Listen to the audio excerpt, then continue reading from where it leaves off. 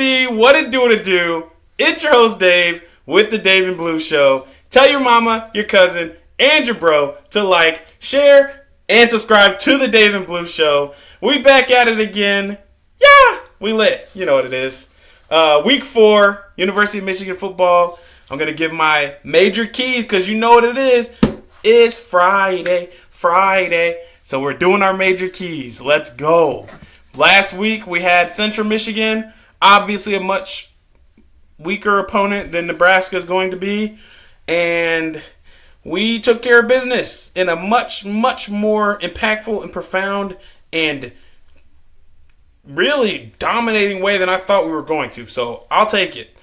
Now we have to just transpose that offensive effort and defensive performance into this week against a tougher opponent in Nebraska. So we are going to be away this week at Nebraska. It's going to be 3:30 Eastern, 2:30 Central start. So it's an afternoon game. And let's see how it is. So I have my 3 major keys and my minor key for offense and defense. So we're going to get into that for you guys today. Thank you guys for liking. Thank you for sharing, subscribing. Thanks for the support. Thanks for the hate. We lit, you know? Yeah. So let's get it. So, all right. Major key number 1 for offense. We always start with offense, right? Establishing the line of scrimmage. Now, Nebraska, and we'll get into this in my preview video, Nebraska is not great against the run. So I've heard that they have a small defensive line. I have to go and watch some film on them some more. I watched some of their film, but haven't looked into it in depth yet. So their defensive line is not overly large. And they have given up some decent running. So if we can establish the line of scrimmage, even though our offensive line is a bit of a work in progress right now because we have some people injured, some people getting playing time and trying to feel things out. But establishing the line of scrimmage is going to be key for us this week and obviously moving forward. So establishing the line of scrimmage on offense. Let's see if this offensive line can really get it going here. This is going to be our first opening Big Ten play of the season. So we got Nebraska, and we're going to see how the offensive line plays. Number 2, I say this, set up the pass to set up the run. So start with the pass to set up the run. Yes, Nebraska has incredible defensive backs. Apparently, they are number 1 in pass defense in the country up to this point right now. Now, we have to see if that's a bit skewed because of the opponents they've played against. They started off week 1. They played against Cincinnati. Cincinnati is okay. Cincinnati's decent, but it went down to the wire 20-17 for that game. And then they played against Houston Christian, and then they played against Akron. So 2 extremely low-profile opponents and an okay group of 5 team. So they really haven't been tested in the passing game. And after what we saw last week, even if we aren't throwing bombs the entire time, I'd like to see us set up the run game by using the pass a little bit. So I'd say let Bryce Underwood sling it. Let him. I'd say start off with some underneath passes now that we have both of our tight ends back, or at least one of them. We have Hogan Hansen made an incredible catch last week. I think he had 3 catches for about 30 yards or something along those lines. Marlon Klein had 1 catch last week, but if Klein is back healthy and Hansen is healthy, then we have a duo of tight ends that is pretty dynamic if I do say so myself. So hit them underneath, man. Hit them outside, hit them underneath with the tight ends, and then open it up for some bombs later on. If they close down on the run, because they're going to sell out to stop the run because they kind of have to, because their run defense is not very great.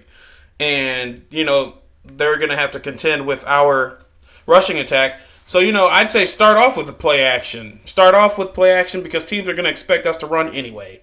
So open up with some passing and kind of see how it goes. There's no harm in that.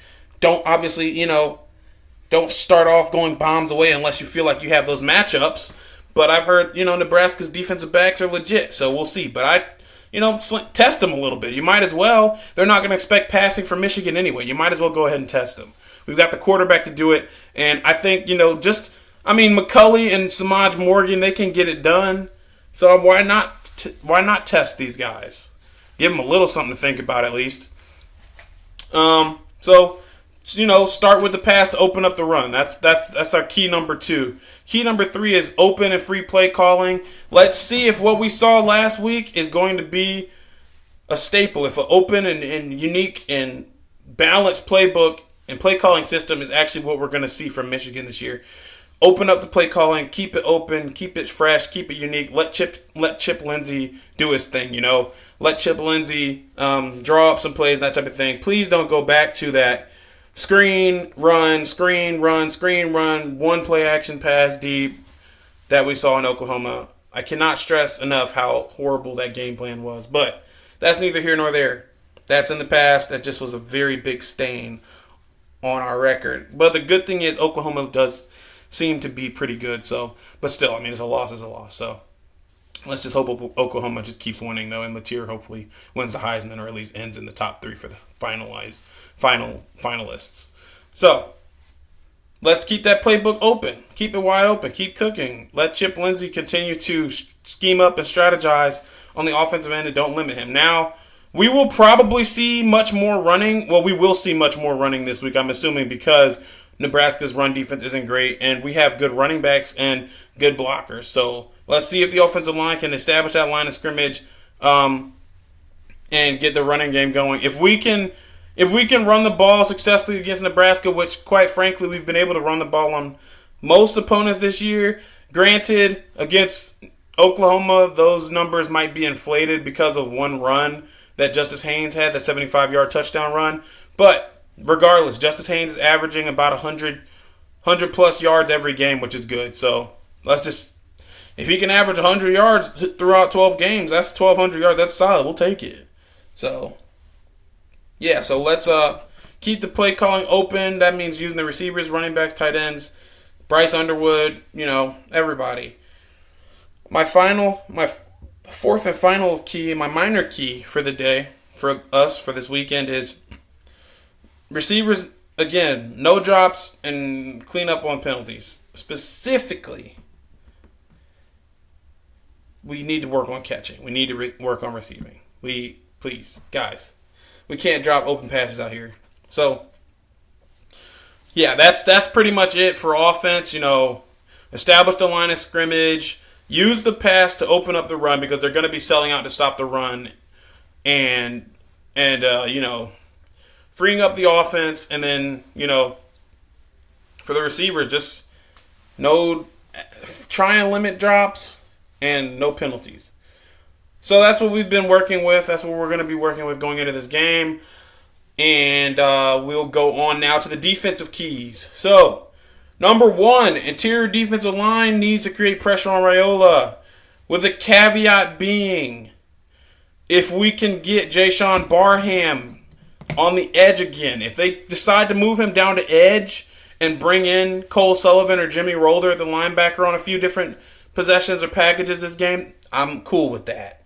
Because all of our pressure last game seemed to come from Jayshon Barham. So, Barham, I've heard Micah Parsons comparisons coming in. I don't know about all that, but Jayshon Barham is a great defensive edge rusher, defensive end. So if they even move him around at linebacker and have him blitz from different places, because Raiola is not somebody that's going to beat you with his legs like Mateer.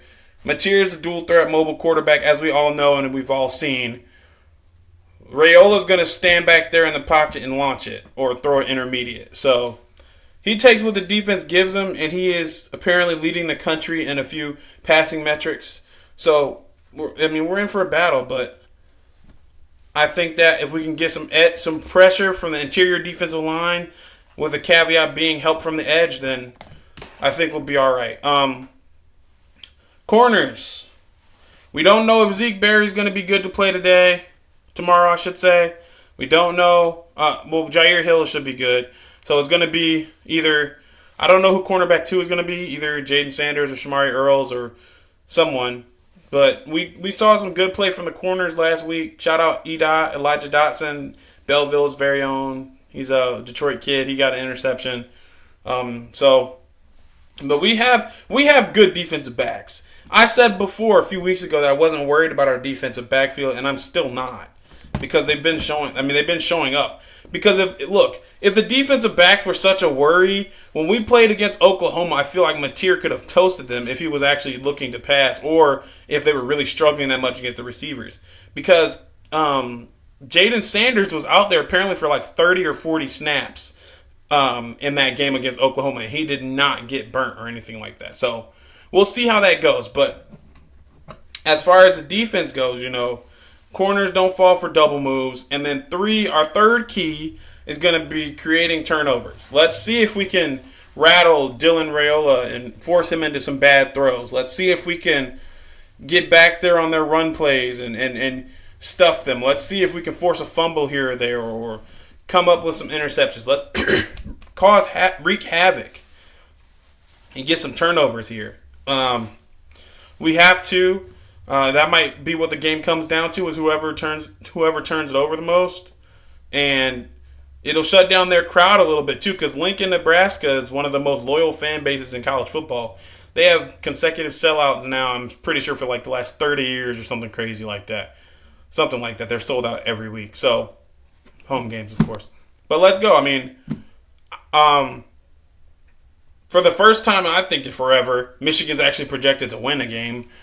So, but the funny thing is, all the talking heads, everybody's picking against Michigan still for the most part. Joel Klatt said that Michigan would win, but Pate said Nebraska's going to win.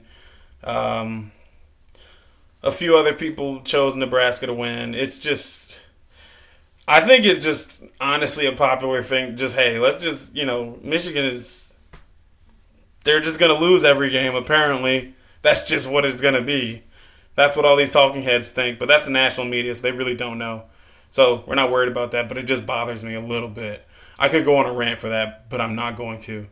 But yeah, so we just have to create turnovers. That'll be a big deal. If we can really pressure and threaten and fluster Dylan Raiola, we should be all right. So let's see how that goes. And then our minor key is, again, fewer penalties and wrapping up. We saw good tackling last week. Let's see it continue and build this week. And let's just see how the boys play. Everyone is going to be ready. I don't think that the away environment is going to stress or bother the guys that much, because we've been to Oklahoma already, and that's a better team than Nebraska is.